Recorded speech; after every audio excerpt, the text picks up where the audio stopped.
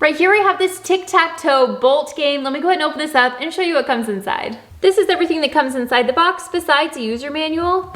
You just take off this top part right here and just make sure you install the batteries. This one takes 2 AA batteries. And then all of the extra tic-tac-toe pieces are gonna be in this bottom section. So just taking everything apart, these are all of the pieces that come included. These little pieces right over here are just to assemble the tic-tac-toe board. Just like so. The first game you can play on here is called Infinite Tic-Tac-Toe.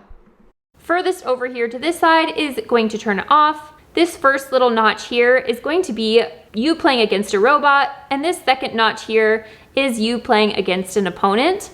And this one over here is for the last game that we'll go over. So if I push it to just me against a robot, then I'm gonna go ahead, the player goes first, I make my move, then the robot makes their move.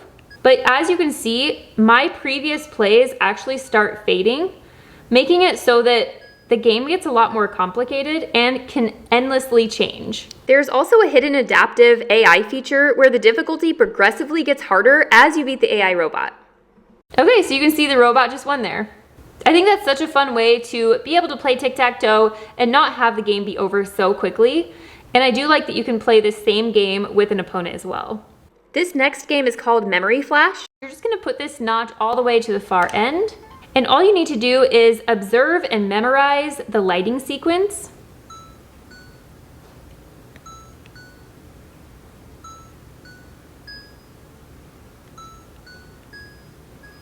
And then you keep going until you either master it or mess up. So now it shows I beat the first 2 levels.